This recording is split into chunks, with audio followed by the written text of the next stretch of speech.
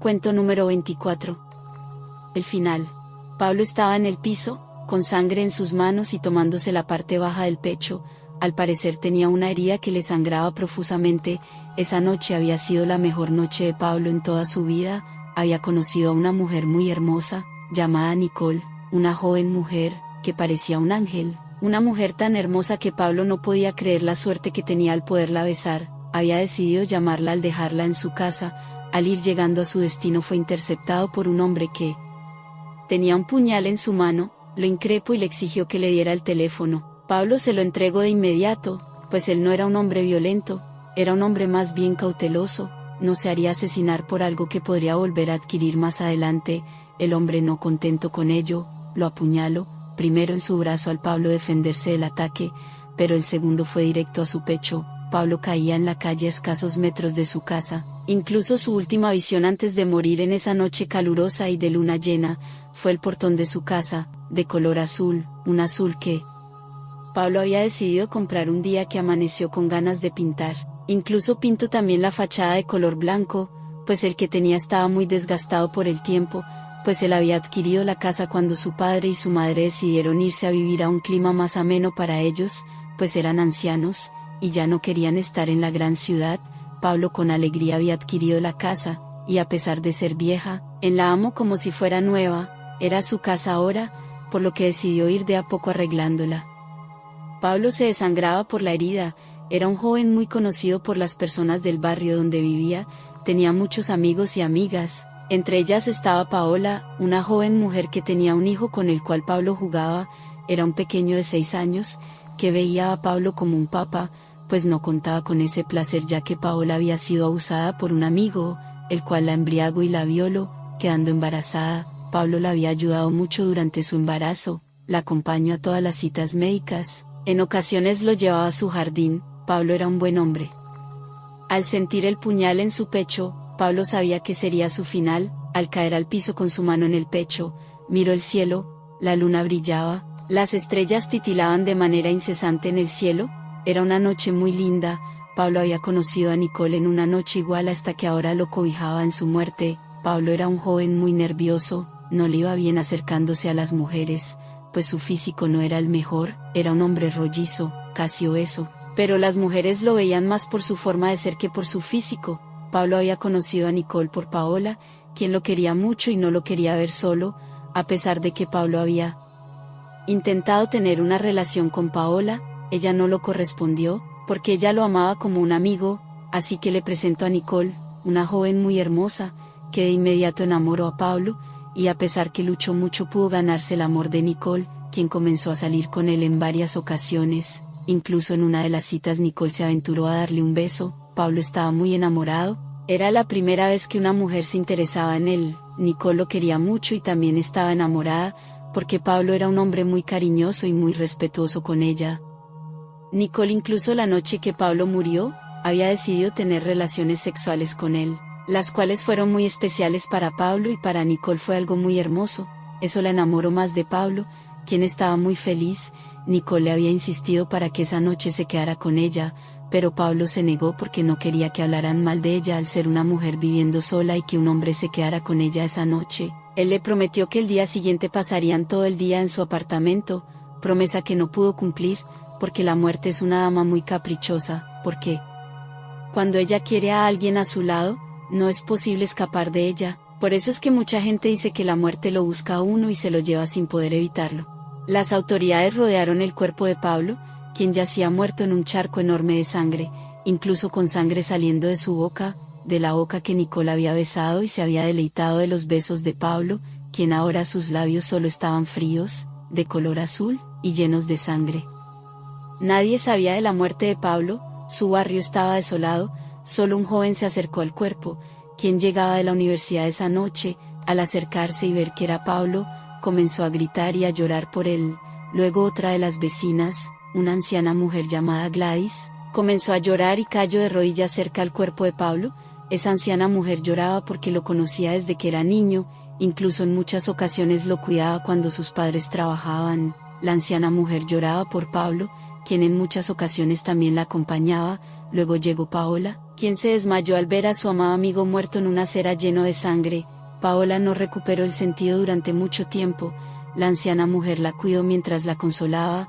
Luego más y más gente llegó a la escena del crimen, como lo llamaban las autoridades que estaban ahí. Muchos gritaban el nombre de Pablo, otros le gritaban a las autoridades, incriminándolos por la muerte de Pablo. Había muerto un líder natural, un hombre que jamás dejó de sonreír, un hombre cariñoso y amable con todos. Paola recobró el sentido y solo lloró viendo a su amigo en el piso muerto. Se acercó a él, y un policía trató de quitarla del sitio, pero la gente, que era mucha más, tomó al policía y lo sacaron del lugar. Paola se arrodilló frente al cuerpo de Pablo, lo miró de arriba abajo, lloró y puso sus manos en su rostro. Miró a su amigo y vio que sus ojos habían quedado abiertos. Ella los cerró pasando su mano con suavidad por la cara de Pablo, luego cerró su boca, que había quedado abierta. De repente el semblante de Pablo quedó más tranquilo, como si hubiera necesitado sentir por última vez la caricia de su amiga. Gladys tomó a Paola y la sacó del lugar. Luego de algunas horas las autoridades se llevaron el cuerpo de Pablo a la morgue municipal, donde le practicarían una autopsia. Un policía llegó con un joven de mal aspecto, lo traía esposado y arrastrando, pues el joven se resistía al policía. Paola vio que el policía traía en sus manos el teléfono móvil de Pablo. Ella lo señaló e increpó al joven diciéndole que la había matado a Pablo. El joven se comenzó a burlar del dolor de Paola, diciendo que sí, que lo había asesinado porque le tenía envidia, que todo lo querían a él, y que todo el mundo lo creía perfecto. El joven no terminó de decir las cosas que quería decir, porque la multitud enardecida se abalanzó sobre el joven. Las autoridades presentes no pudieron hacer nada para detener esta golpiza. Paola le pegó una patada con odio en la entrepierna. El joven cayó por el dolor. Luego otro hombre se abalanzó sobre el joven y le dio de patadas en su rostro y su cabeza. El joven pedía que no le pegaran más, pero la gente estaba tan furiosa que no les importa la súplica de una mujer que gritaba que era su hijo. La gente le pegó con lo que tenían a la mano: palos, piedras, cadenas, incluso le tiraban excremento de animales en la cara. El joven terminó muerto por los golpes. La gente aún le seguía pegando al cadáver, tanto o más que comenzaron a despedazarlo. Un hombre tomó un cuchillo muy largo, parecido a un machete, y le cortó la cabeza a este joven, que ya había muerto mucho antes de eso. Al hacerlo, y las autoridades al ver este desorden, decidieron disparar al aire. La gente se disipó. Paola y Gladys se fueron a sus casas, al igual que toda la gente. Pablo ya no se encontraba en el lugar cuando esto sucedió. Lo único que quedó fueron los despojos de lo que alguna vez fue un hombre. Una mujer ya entrada en años, lloraba por lo que veía, a su hijo despedazado por la multitud. Comenzó a gritarle a todo el mundo que se iba a vengar por lo sucedido, pero de repente, y sin saber de dónde, sonó un disparo. El impacto le dio a la mujer en su cabeza, quien también cayó muerta, al lado de la cabeza de su hijo, que se encontraba separada de su cuerpo. Las autoridades pasaron casa por casa y comenzaron a investigar de dónde había salido el disparo, pero no encontraron nada. Los forenses se demoraron demasiado tratando de recolectar el cadáver del joven que había sido despedazado por la gente. Encontraban partes del cuerpo en todas partes, pero cuando la mañana comenzaba a asomarse en el cielo, lograron recuperar todo el cuerpo, y lo llevaron a la morgue, donde ya estaba el cuerpo de la madre asesinada y de Pablo. Al llegar a la morgue, los cuerpos estaban sobre la mesa: el de la madre del agresor, el de Pablo y el del joven agresor de Pablo, que parecía un rompecabezas. El médico encargado miró los tres cuerpos, con algo de asco miró el cuerpo del joven despedazado. Decidió comenzar por el de la mamá del agresor, quien solamente presentaba un disparo en su frente, el cual le había quitado la vida instantáneamente. El forense primero comenzó un análisis preliminar, donde dejó claro que solamente tenía una agresión, el disparo. Luego le pidió a su ayudante que le colaborara quitándole la ropa a la señora. La joven ayudante comenzó a quitarle su ropa. Comenzó por el vestido, que era de color morado, algo desgastado por el tiempo, lo cual mostraba que no era una mujer de muchos recursos económicos. Luego de eso, dejó a la mujer en ropa interior. La mujer era muy delgada, se le notaban algunos huesos, lo cual mostraba que tenía problemas alimenticios severos. A la mujer se le podían ver con facilidad sus huesos de las costillas y las clavículas. La joven asistente había tenido algunos problemas para quitarle la ropa, pues el cadáver presentaba rigidez, pues ya habían pasado más de 6 horas desde que pasó el incidente. El doctor comenzó a analizar el cuerpo nuevamente, esta vez anotó algunas cosas más en su grabación, la cual hacen los médicos del servicio forense para llevar un control para la fiscalía que debía investigar el caso, pues había sido un homicidio, con una bala perdida quién sabe de dónde. El médico pudo notar que la mujer tenía algunos hematomas en su cuerpo, más exactamente a nivel de las piernas, y también pudo ver que tenía varios tatuajes en su cuerpo con formas extrañas. El médico le tomó varias fotografías al cuerpo, luego dejó la cámara encima de su mesa de trabajo. La joven asistente tomó la cámara y comenzó a buscar las fotos con el objetivo de poder dejar una secuencia en el informe. La joven mujer pudo observar que había algunas manchas extrañas en la cámara, pero no le prestó atención alguna a ello. Pensó que la cámara ya estaba muy gastada por los años de trabajo, y decidió solamente poner la secuencia de la cámara en el informe médico forense. El médico, con la ayuda de la joven asistente, comenzaron a quitarle la ropa interior a la mujer, le quitaron el sostén y las bragas. El médico se asombró por el peso que tenía la mujer al momento de darle la vuelta al cuerpo para colocarlo boca abajo para comenzar un análisis de su parte posterior. Al hacerlo pudieron notar que en sus glúteos y la parte interior de los muslos la mujer tenía más tatuajes con formas extrañas. El médico comenzó a plantearse si la mujer pertenecía a alguna cultura oscura o quizás fue víctima de rituales satánicos. El médico forense dejó una nota junto al informe para que la fiscalía encargada del caso de esta mujer indagaran sobre ello. Luego de nuevamente tomar las fotos respectivas, le pidió a su ayudante que la voltearan nuevamente boca arriba para comenzar la autopsia. La joven notó que los brazos de la mujer eran un gran obstáculo para poder trabajar mejor, así que junto al médico comenzaron a romper el hueso de la articulación, lo cual dejaría los brazos manejables y así no lograrían estorbar al momento de comenzar la autopsia. Mientras el médico preparaba sus instrumentos para comenzar el procedimiento, la asistente tomó la cámara nuevamente y otra vez observó unas sombras muy extrañas en las fotos. La asistente comenzó a dudar sobre las fotos, pero ya el médico estaba alistándose para realizar el primer corte, así que la joven decidió no molestarlo, pues a pesar de que lo conocía hace varios años, el temperamento del doctor era muy difícil para estarlo molestando por unas fotos. El hombre tomó el bisturí y comenzó cortando el pecho de la mujer en un corte que iba desde las clavículas hasta la parte baja del vientre, un corte en forma de I como se le conoce en el ámbito forense. Del cuerpo de la mujer comenzó a salir un líquido de color negro, bastante fétido y asqueroso, parecía una especie de baba negra, que se comenzó a deslizar por el cuerpo y la camilla de metal donde estaba la mujer. El médico no soportó el olor y comenzó a vomitar en uno de los lavabos cercanos a la mesa de autopsias.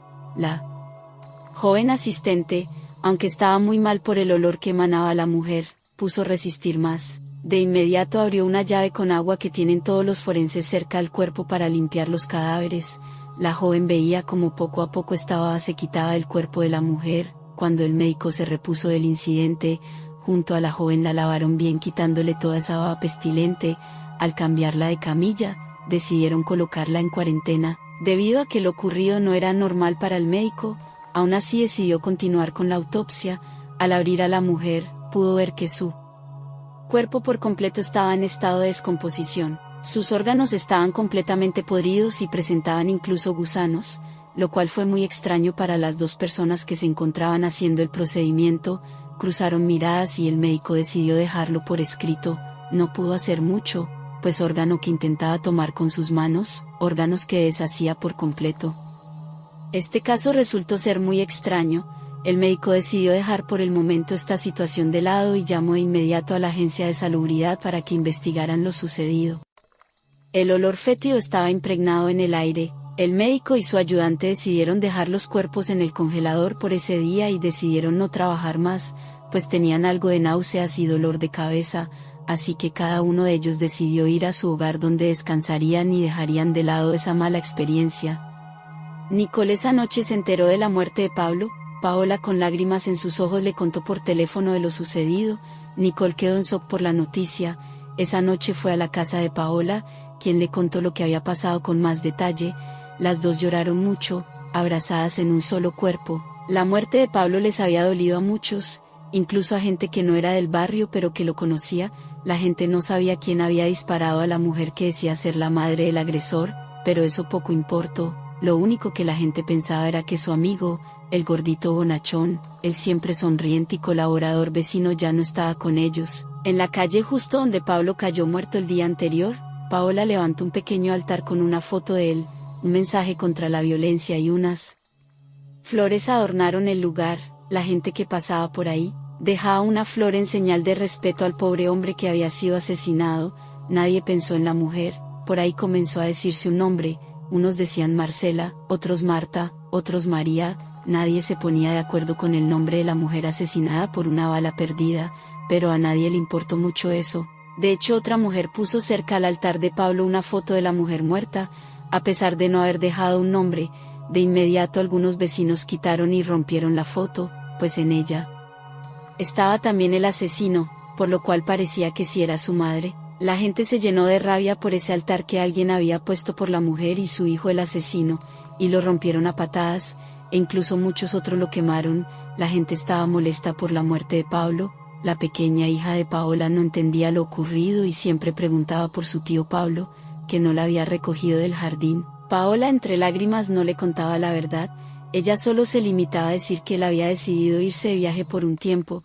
La niña era muy pequeña para entender lo sucedido, así que no sabía la verdad. Pablo, el hombre más generoso y que hacía poco había encontrado el amor, era ya tan solo un recuerdo. Paola tenía las llaves de su casa. Ella esperaría un tiempo para entrar en la casa de él, para limpiarla y entregársela a su familia, pero era algo extraño. En más de 20 años de amistad, Paola no conocía a la familia de Pablo. Él siempre evadía la pregunta. Por lo general él siempre estaba solo. Los cumpleaños los pasaba con Paola. Los días festivos como Navidad y Año Nuevo por lo general los pasaba solo en su casa, y Paola tampoco había accedido a la casa de Pablo. Él por lo general siempre estaba en la casa de ella, y en ocasiones se quedaba en la casa de ella, sobre todo en las épocas de lluvias y tormentas, cuando Pablo parecía ser otro, parecía ser un niño asustado por los truenos que retumbaban en el cielo. Paola comenzó a pensar que Pablo era un hombre cariñoso y amable, pero sombrío y misterioso. Ella solo esperaría hasta después de su entierro para saber más de él. Al día siguiente el médico llegó a trabajar un poco enfermo. Al parecer lo ocurrido el día anterior con el cadáver de la mujer lo había afectado en algo, pero de todas maneras decidió continuar con la autopsia de los otros dos cuerpos.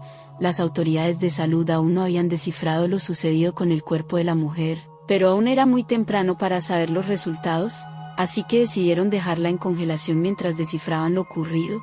Continuó entonces con Pablo. La joven ayudante también tenía un mal semblante. Al parecer también había sido afectada por aquella pestilente y asquerosa baba negra del día anterior. Comenzaron a realizar el procedimiento con Pablo, el cual sí tenía muy bien sus órganos. Al examinarlo pudieron encontrar que tenía un músculo pélvico muy desarrollado. Por lo general este músculo se desarrolla con un frecuente y continuo acto sexual, por lo que descifraron que Pablo era un hombre que tenía una vida sexual muy activa. Luego vieron que su circulación era muy buena, sus venas y arterias eran muy sanas, esto debido al ejercicio constante y frecuente, algo que viéndolo por fuera no parecía ser, pues Pablo era un hombre gordo, pero por dentro era el cuerpo de un hombre atlético. Al seguir la exploración vieron que este tenía una vasectomía, lo cual explicaría su obesidad, pues el cuerpo reacciona de maneras muy extrañas cuando una cirugía se realiza en él. En este caso, a pesar de ser un hombre atlético, por la vasectomía había desarrollado una obesidad. Luego de seguir explorando el cuerpo de Pablo, vieron que la puñalada le entró por la parte izquierda del pecho, entrando por una de las costillas, perforando una arteria y el pulmón, lo cual ocasionó que Pablo muriera al ahogarse con su propia sangre, una muerte muy dolorosa y muy tardía. El riñas había expulsado adrenalina, lo cual indicaba que Pablo agonizó durante varios minutos antes de morir. La joven tomó esta vez las fotos, y nuevamente había algo extraño en ellas.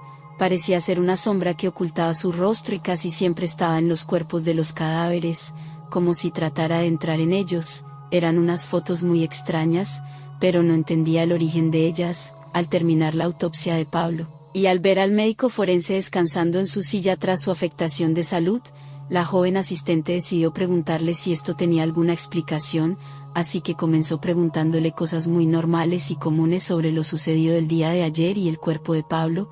Cuando ya estaba bien entrada la conversación, la joven decidió mostrarle al médico las fotos tomadas, tanto el día de ayer como el día de hoy. En todas aparecía la misma figura, y algo sucedió con el médico, este comenzó a cambiar de actitud, se levantó rápidamente de su silla e hizo una llamada. La joven no entendía lo sucedido. El médico volteó hacia la joven con cara de preocupación. La joven no entendió las palabras del médico mirándola con la cara llena de sudor, pero no sudor de cansancio, con sudor frío, como cuando sabes que algo malo está por suceder, como cuando estás solo en la oscuridad y sientes que alguien se acerca a ti por la espalda, como cuando estás durmiendo y un ruido te despierta a mitad de la noche, como cuando cierras los ojos y escuchas que alguien te llama desde lejos. Esa clase de sudor y de miedo tenía el médico. El hombre se sentó en su silla y tomó su cabeza con preocupación. Se decía a sí mismo algunas cosas, como esto no puede ser, otra vez está sucediendo, ¿por qué pasa acá? ¿Quién es el culpable en esta ocasión? En ese momento todo quedó en silencio. La joven asistente miró al médico unos minutos, sin preguntarle nada, solo lo miró. El anciano hombre comenzó incluso a soltar algunas lágrimas que rápidamente secó con sus manos. La joven mujer no preguntó nada, le parecía que había algo muy duro y extraño en esta ocasión. El silencio se rompió de inmediato con el ruido del teléfono. El médico se levantó apresurado a contestar el teléfono. Al levantar la bocina, comenzó a escuchar. No habló mucho, las pocas respuestas del médico eran sí y no, nada más. Luego cerró con un «otra vez está pasando» y colgó el teléfono. La mujer no entendía y esta vez sí decidió preguntarle al médico qué era lo que estaba pasando otra vez. El anciano hombre se quitó sus lentes y la miró a los ojos, y comenzó a decirle lo que estaba ocurriendo con las fotos y la extraña baba negra que había salido de la mujer la noche anterior. El médico comenzó su relato. Comenzó diciéndole que cuando él estaba estudiando medicina hace más de 40 años, había leído de una enfermedad mental muy poco conocida y que estaba apenas en estudios. La enfermedad hacía a las personas prácticamente morir del miedo. Era una enfermedad que literalmente mataba a las personas con un miedo muy profundo y que se encarnaba en sus miedos más profundos. Eso solía ocurrirle a personas que trabajan con muertos y con personas que murieron de manera traumática. Luego de algunos años las investigaciones de esa enfermedad habían cesado, pues los expertos decían que era una tontería decir que alguien podía morir del miedo, así que solo la catalogaron como alucinaciones y esquizofrenia, y que eso llevaba al suicidio, pero él sabía que eso no era así. Entonces decidió estudiar más a fondo la enfermedad, decidió ponerse a sí mismo como carnada para esta enfermedad. Fue a un cementerio una noche en la que los cementerios no tenían cerramientos y estaban al libre acceso a las personas a cualquier hora. Decidió ir a ver una mujer que había sido hace poco enterrada. Tomó una parte de su cuerpo muy pequeña como un dedo, y lo guardó para sí, esperando que el espíritu de la mujer lo atormentara y así demostrar que la enfermedad sí existe y que no es solamente una esquizofrenia que llevaba al suicidio. Pero algo salió mal. En su experimento algo comenzó a atormentarlo en las noches. Comenzó a tener terrores nocturnos, comenzó a tener parálisis del sueño, sentía que alguien entraba en su habitación en las noches, comenzó a observar que siempre que dejaba su puerta cerrada en las noches al dormir, al día siguiente, al despertar ésta se encontraba abierta y con un arañazo por la parte de adentro. La luz de distintas habitaciones de su casa se encendían sin razón aparente. Al dormir sentía que alguien lo observaba y el punto máximo de su miedo llegó al ver que su reflejo en una ocasión se quedó quieto mirándolo desde el otro lado del espejo. Desde ese momento el contacto con un hombre que lo ayuda a deshacerse de eso que lo molestaba. Pudo demostrar en su tesis de grado que eso, fuera lo que fuera, era real y podía matar a alguien del miedo que le producían esta clase de cosas que le sucedían y que ahora había vuelto. Quizás la baba negra que vieron en la mujer solo fue producto de su imaginación y que alguien o algo lo estaba provocando al estar en este sitio. Quizás alguno de los cuerpos tenía alguna maldición, o quizás alguno de los cuerpos era de una persona muy mala que le ocasionaba el mal a las personas a su alrededor, y que los había larvado a ellos por estar en contacto con los cadáveres de mucha gente día tras día, pero el médico sospechaba que era algunos de los 3 cuerpos que habían recibido. El médico estaba muy asustado. La joven también se asustó con esa historia que le había contado. De ser verdad, tenían un profundo problema con lo que estaba pasando. Las fotos estaban ahí, mostrando algunas situaciones de miedo. Lo curioso de las fotos es que eran de espíritus de niños, algunos se veían muy claros. La joven al verlas más detalladamente pudo observar que eran niñas pequeñas de 5 a 10 años las que se veían en las fotos. Era algo extraño, porque no se tenía sabido que hubiera algún abusador o asesino de niñas en el lugar. El misterio cada vez era más y más complejo de entender. El doctor nuevamente hizo una llamada y le contó a la persona del otro lado lo que había descubierto la joven ayudante en las fotografías. El médico se tomaba una y otra vez su rostro en señal de desespero, se quitaba una y otra vez sus lentes, el sudor era cada vez más abundante en su calva y canosa cabeza. El pobre médico no sabía qué hacer ante la desesperación de que eso volviera a él, tenía realmente mucho miedo. Pasaron unas horas, el médico decidió sentarse y esperar algo o alguien. La joven ayudante no entendía lo que pasaba. El médico decidió dar de alta los dos cuerpos examinados esperando que todo pasara rápido. Todo estaba en calma y silencio. De repente escucharon una campana, la campana de la sala de recepción de la morgue, y al asomarse vieron que era un hombre, alto y vestido de negro. Un sombrero impedía ver su rostro.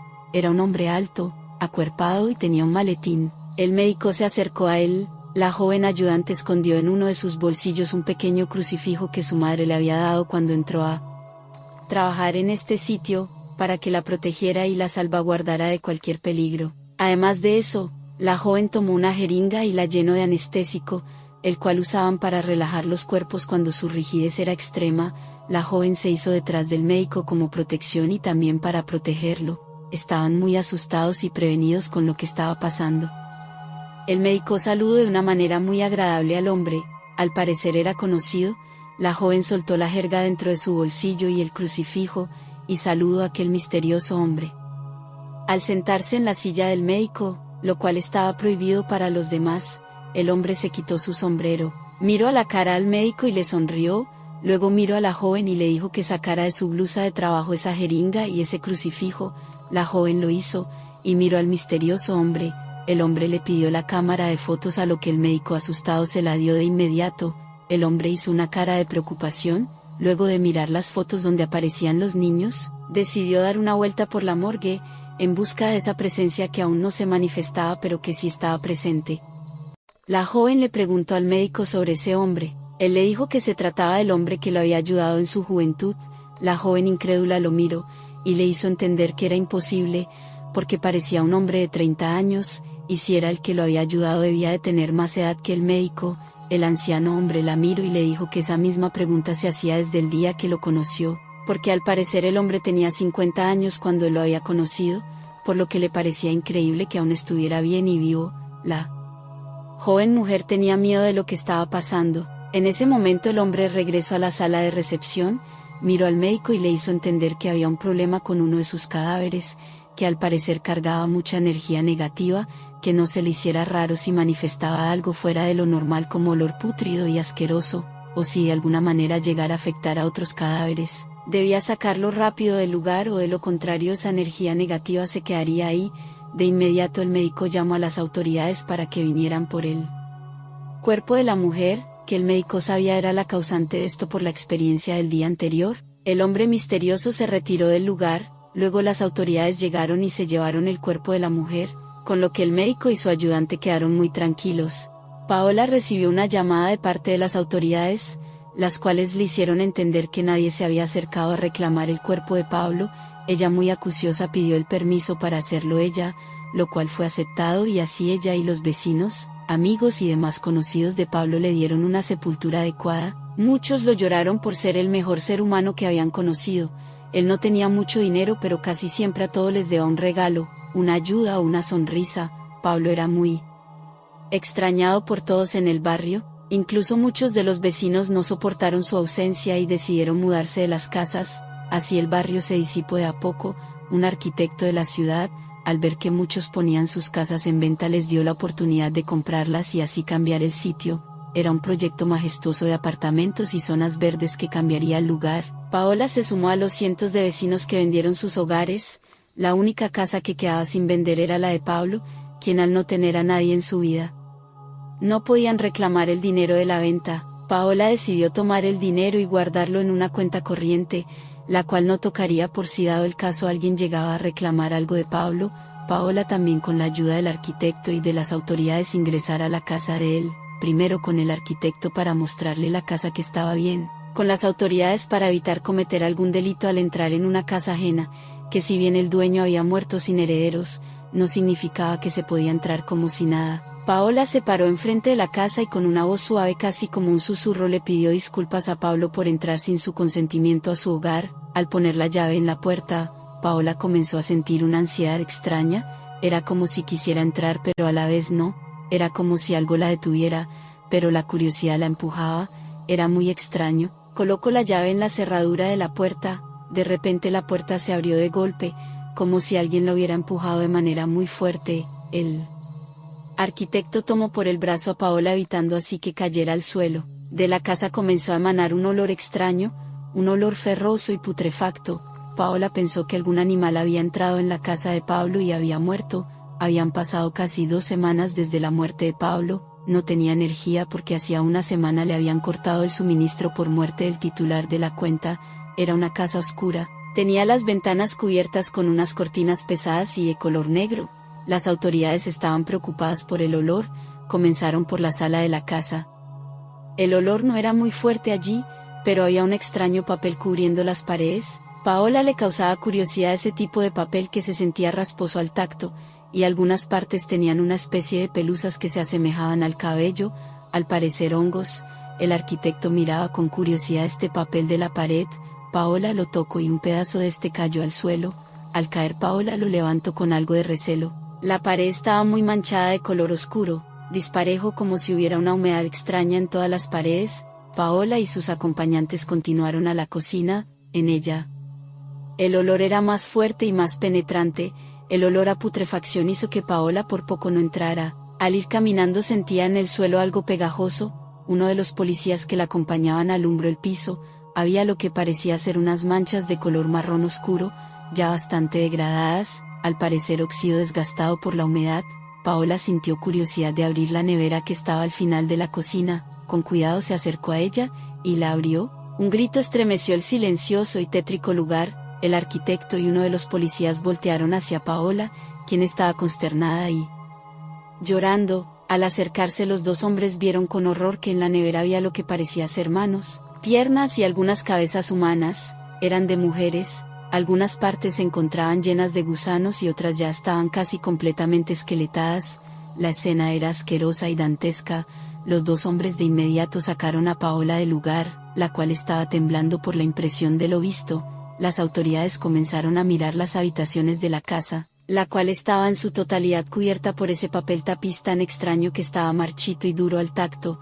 Las autoridades encontraron cuerpos en todas partes de la casa, incluso en su cama tenía el cadáver joven de una mujer con el que al parecer mantenía relaciones sexuales constantemente a pesar de estar muerta. Tenía ropa de mujeres en una habitación de la casa por debajo del jardín interior. Encontraron en total más de 50 mujeres asesinadas. La mayoría estaban desmembradas y desolladas. Era una carnicería. La sangre de las mujeres estaba guardada en unas botellas de plástico, que al parecer Pablo consumía como si fuera agua. Paola entró nuevamente en la casa. Pudo ver una foto muy particular. En la foto se hallaba él y la madre de su asesino besándose apasionadamente en lo que parecía ser una isla. Paola no entendió nada, porque estaba él con esa mujer. Luego vio otra de las fotos. En ella, Pablo estaba casándose con esa extraña mujer. Al parecer compartieron una vida juntos en algún momento. Paola siguió caminando por la casa en busca de respuestas. En uno de los cuartos vio a Pablo con una mirada extraña, una mirada que no era la del dulce hombre que todos conocían. Las autoridades vieron a Paola en la casa e intentaron sacarla, pero el arquitecto les pidió la dejaran porque ella había sido quien conocía más a Pablo y podría encontrar algo más. Un policía se quedó con ella, y le dijo que se quedara pero que no tomara nada, pues todo podía ser una pista de lo que estaba pasando. Paola siguió caminando y llegó al que parecía ser el estudio de la casa. Paola vio que el tapiz de esta sala era del mismo material del que cubría todas las habitaciones de la casa, pero tenía algo diferente, tenía un dibujo muy extraño, parecía el dibujo del tatuaje que Paola tenía en su brazo, parecía un tatuaje tribal que todo el mundo conocía, como el de un rosal con espinas. Paola solo miró el tapiz. El policía decía que parecía hecho a mano por alguien experto. Incluso el policía le dijo a Paola en tono algo inocente pero burlón que se parecía al que ella tenía en su brazo. Paola lo miró con algo de recelo pero entendió que no era una broma contra ella. Le sonrió al policía y sigue recorriendo al estudio. Al entrar vio una libreta de color amarillo. Paola le dijo al policía lo que encontró. Él se acercó y la tomó, comenzó a mirarla con la compañía de Paola y vieron que se trataba de un pequeño diario. En él Pablo describía cómo había sido su matrimonio, cómo la mujer lo trataba mal, y al parecer tenía un amante con el cual había tenido un hijo. Al saber esto, Pablo se separó de la mujer y la tiró a la calle sin nada más que la ropa que llevan puesta. Desde ese día, Pablo decidió odiar a las mujeres, y comenzó a asesinarlas, más que todo mujeres prostitutas que no tenían familia que se preocupara por ellas. La mayoría de mujeres tenían la misma edad de su ex esposa. En el libro describía cómo las asesinaba, a muchas de ellas las ahorcó con su propia ropa, a otras las apuñalaba tantas veces como él quería hacerlo. Incluso escribió sobre una muy especial con la cual le gustaba tener relaciones sexuales, pero la tuvo que matar porque a ella ya no le gustaba eso, así que la asesinó, pero aún así siguió teniendo sexo las veces que quiso. Incluso decía que era mejor muerta ya que así no le protestaba nada y también era muy callada. Paola notó algo como un recordatorio especial, escribió que se había reencontrado con alguien muy especial del pasado, que era su amiga Paola, la cual él quería mucho, pero que se estaba cansando de sus constantes desplantes amorosos, que era el turno a ella para ser parte de su colección macabra, y que tenía una hija la cual también le varía como todas las mujeres. Eso lo escribió hacía 2 semanas. Incluso un día antes de su muerte, el policía miró a Paola. Ella con lágrimas en sus ojos entendió que de no haber muerto Pablo, ella sería la siguiente en su lista. Nicole también estaba en la lista como alguien especial y sería el reemplazo de la mujer que tenía en su cama muerta y con la cual tenía relaciones sexuales. Paola no podía creer que Pablo fuera así, un asesino de mujeres. Ella no entendía cómo él lo hacía, pues ellos vivían cerca y casi siempre lo veía llegar a su casa en las noches. Siempre fue muy cordial y cariñoso, era un gran hombre con un gran secreto. Las cosas no terminaban ahí, vio algo más escrito. Decía que le haría brujería a su ex esposa para matarla. Ella leyó cómo Pablo le dio de beber una especia que haría que ella muriera lenta y dolorosamente. Esa especia se la había dado una persona que era muy conocida por hacerle daño a los demás con sus cosas de brujo. El hombre había sido asesinado por uno de sus clientes hacía mucho tiempo atrás. Paola no podía creer que esto pasara, la conmoción no se hizo esperar, la gente no podía creer lo que decían de Pablo. La poca gente que quedaba en el barrio decidió romper el altar que habían hecho para Pablo, incluso fueron al cementerio y también rompieron su tumba, dejaron la lápida destruida y poco legible. La policía lo sacó del lugar y los encargados del cementerio decidieron sacar el cuerpo de Pablo y lo cremaron y sus cenizas fueron desaparecidas y nadie supo qué pasó con ellas. Se dice que las esparcieron por unos lotes en ampliación que tenía el cementerio, así evitarían nuevamente la revuelta ocurrida. Varios días después de lo ocurrido, las autoridades llegaron al sitio de los hechos, y junto con el arquitecto decidieron demoler la casa. Fue la primera de las casas del barrio en ser demolidas. Paola miró por la ventana y vio al joven policía, el cual se acercó a ella y la saludó. Paola de igual manera lo hizo y el policía le contó a Paola que aquello que cubría las paredes de la casa era la piel de las mujeres muertas. Lo que le preocupaba a las autoridades era que mucha de la piel no era en su totalidad de las mujeres que habían encontrado, pues mucho ADN pertenecía también a hombres, por lo que sospechaban que Pablo podría tener algunos secretos más en su casa. En efecto fue así, al ir socavando en el terreno donde alguna vez estuvo la casa, pudieron encontrar muchos cadáveres esqueletados. Al investigar las autoridades pudieron encontrar cuerpos de varios hombres, no se supo bien de quiénes se trataban. Paola no soportó más esta situación y esta historia y decidió irse más pronto de lo que pensaba y abandonó la casa, la cual también con el tiempo fue demolida. El barrio por completo se convirtió en uno de los conjuntos residenciales más prestigiosos de la ciudad, donde incluso presidentes y senadores viven hoy en día, y donde algunos dicen sentirse acompañados por el lado de los parqueaderos y las zonas verdes.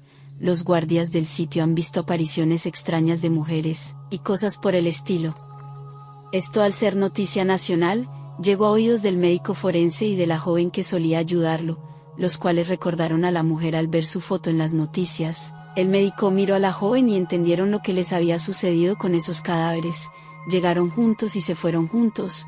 La muerte de Pablo se catalogó como una venganza del joven contra Pablo por haber tratado mal a su mamá. El caso se cerró y aún hoy siguen identificando todos los cuerpos hallados en aquella casa, la cual fue fuente de historias urbanas y cuentos de terror. Los forenses dicen que tardarán hasta 10 años en identificar todas las víctimas de Pablo, que se estiman llegas a las 200, lo cual se certificara o mentira cuando se tengan los resultados. Paola siguió su vida con el joven policía del cual se enamoró y se casaron. Nicole se fue a vivir con sus padres a otra ciudad y nadie más volvió a saber de ella.